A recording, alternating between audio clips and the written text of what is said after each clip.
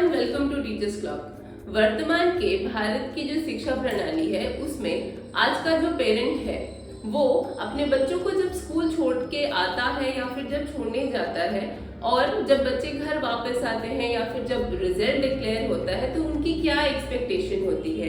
यही ना कि बच्चा जो हमारा है वो 90 प्लस 95 प्लस ये स्कोर करे। एक फिक्स टाइम फ्रेम जो है एकेडमिक सेशन उसको सक्सेसफुली बहुत अच्छे तरीके से कंप्लीट करें। उसमें जो पीरियोडिक टेस्ट होते हैं, फॉर्मेटिव टेस्ट होते हैं, समेटिव टेस्ट होते हैं, उन सारे टेस्ट में, उन सारे एग्जामिनेशंस में बहुत अच्छे मार्क्स से ये उनका बच्चा जो है वो उत्तीर्ण हो उस क्लास में।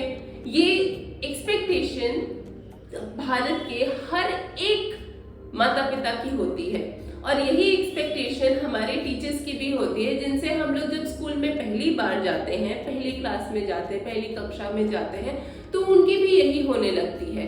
वो लोग भी यही एक्सपेक्ट हमसे करते हैं कि हम काफी उत्तीर्ण बच्चे होंगे, हमारे जो मार्क्स होंगे वही हमारा सर्टिफिकेट बनेंगे कि ये जो बच्चा है वो काफी ज्यादा एबल्ड है, काफी ज्यादा होशियार है, काफी केपेबल है। ये हमारे और आपके साथ हमेशा ही हुआ है स्कूल लाइफ में हमारे, और ये होता चला आ रहा है। अब यही अगर दूसरा पहलू देखें तो बच्चा जब स्कूल में एंटर करता है तो जरूरी नहीं है कि हम जिस बैकग्राउंड से हो या आप जिस बैकग्राउंड से हो वो सबका सेम ही हो। तो अलग बैकग्राउंड, अलग मातृभाषा के साथ, अलग तरह के नॉलेज और परिवेश में बड़े होने के बाद और अलग तरह के सोशल अडेप्टेशंस के साथ, सोशल अडेप्टेशंस यानी कि हर किसी के घर का जो माहौल होता है वो सोसाइटल फॉर्म अलग अलग तरीके से डेवलप होता है। तो एक स्कूल में जाकर के कैसे उठना बैठना है ये हर एक बच्चे को अलग अलग तरीके से पता होता है।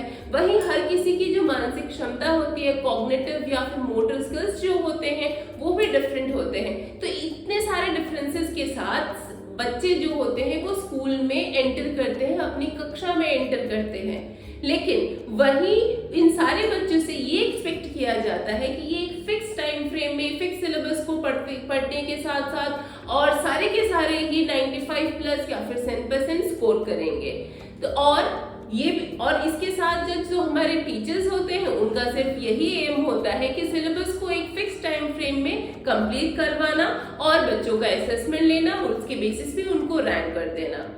अब ये चला आ रहा है ट्रेडिशनल सिस्टम चिरकाल से। इसके कंपैरिजन में अगर हम बात करें कॉम्पिटेंसी बेस्ड एजुकेशन की, तो कॉम्पिटेंसी यानी कि क्षमता, एक बच्चे में जो नॉलेज है, स्किल्स है, बाकी सारी जो उसकी एबिलिटीज है उसको एनहांस करना। तो बच्चा जब स्कूल में जाता है तो अभी के प्रेजेंट जो सिनेरियो है और फिर नई जो शिक्षा नीति है जिसके बारे में हमने अपनी कई सारी वीडियोस में बात किया है, उसके हिसाब से अब जो पठन पाठन की क्रिया है या फिर शिक्षण शैली है वो कॉम्पिटेंसी बेस्ड हो जाएगी। यानी एक क्लासरूम में अगर 40 बच्चे हैं तो उनकी कॉम्पिटेंसी लेवल या फिर क्षमताएं जो है वो काफी अलग है एक दूसरे से।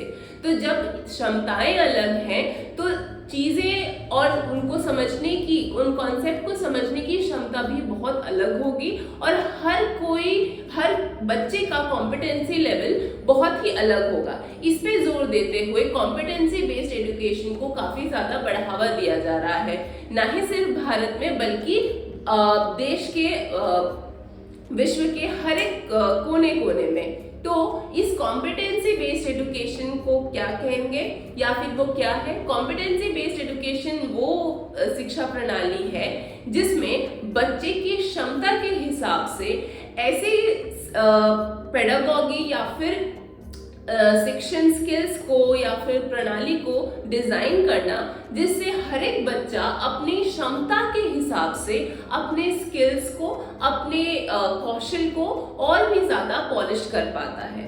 और जहां ये इसलिए इतना ज्यादा प्रचलित या फिर कारगर साबित हो रहा है क्योंकि अब वो पेरेंट्स जान जाते हैं कि उनकी जो क्षमताएं हैं उस क्षमता के हिसाब से ही उनसे एक्सपेक्टेशंस रखना रखना। और इनका असेसमेंट तब फिर कैसे होगा कॉम्पिटेंसी बेस्ड एजुकेशन में? कॉम्पिटेंसी बेस्ड एजुकेशन में बच्चों के असेसमेंट बहुत ही टू डू फॉर्म में होते हैं। वो जो नॉलेज अटेन करते हैं, बच्चे जो नॉलेज अटेन करते हैं वो बाय डूइंग करते हैं। ऐसा कह लीजिए कि लर्निंग बाय डूइंग। यहाँ पे बहुत ज्यादा फोकस किया जाता है कि बच्चे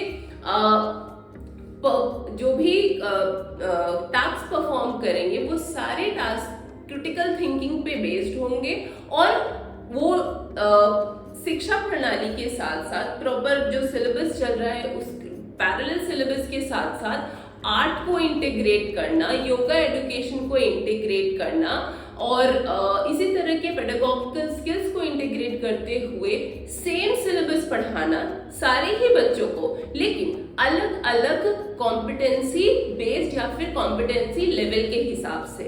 ये कॉम्पिटेंसी बेस्ड एजुकेशन इसलिए भी जरूरी हुआ है या फिर इसकी जो जरूरत पड़ी है या फिर ऐसा कह लें कि आखिर इसकी नीड क्या है। नीड इसलिए है क्योंकि देखिए हर बच्चा एक अलग माइंडसेट के साथ आता है। आपके भी बच्चे होंगे, कोई बच्चा अगर 2 भाई बहन है तो ये जरूरी नहीं है कि जो छोटा भाई है या बहन है वो 100% स्कोर कर पा रहा है तो दूसरा भी करेगा। वहीं इस चीज को समझते हुए, ध्यान में रखते हुए कॉम्पिटेंसी बेस्ड एजुकेशन उनकी क्षमताओं पे बेस्ड एजुकेशन है और इस चीज में कंफ्यूजन ना हो और बच्चों पे प्रेशर ना पड़े। आपने वो मूवी तो जरूर ही देखी होगी, तारे जमीन पर, या फिर इस तरह की कई सारी ऐसी स्टूडेंट ओरिएंटेड, बच्चे ओरिएंटेड फिल्में हैं जो बनी हैं जहाँ पे बच्चों में वो क्षमताएं तो थी, कॉम्पिटेंसीज तो थी, लेकिन हमारे जो ट्रेडिशनल स्कूल्स के शिक्षक थे वो उसको समझ नहीं पाए हैं और जब समझे हैं, जिन्होंने समझा है तो उसको बहुत अच्छी तरीके से पॉलिश किया है। इस तरह से बच्चे जब पॉलिश होते हैं तो वो खुद अपने आप को नेक्स्ट लेवल पे इम्प्रूव करके अपग्रेड कर लेते हैं। इसलिए ये जो कॉम्पिटेंसी बेस्ड एजुकेशन है ये लर्निंग बाय डूइंग भी कहला रहा है और इसकी नीड जो है वो बहुत ज्यादा महत्वपूर्ण है और जानी जा रही है। अब ये तो आज की बात तो हमारी कंसेप्ट को लेकर के थी। अब इसमें क्या इम्पोर्टेंट एलिमेंट्स है, ये इतना इम्पोर्टेंट क्यों है, या इसका फ्यूचर क्या है इंडियन पर्सपेक्टिव से अगर देख ले तो इन सारी चीजों के बारे में हम लोग और डीपली जानेंगे आने वाली हमारी वीडियोस में। होपफुली आज की जो वीडियो है वो आपको अच्छी लगी होगी, आपके लिए इम्पोर्टेंट और आपके लिए काफी ज्यादा हेल्पफुल साबित होगी। सो मिलेंगे अब हम लोग नेक्स्ट वीडियोस में। Till then keep learning, take very good care of yourself and thank you very much.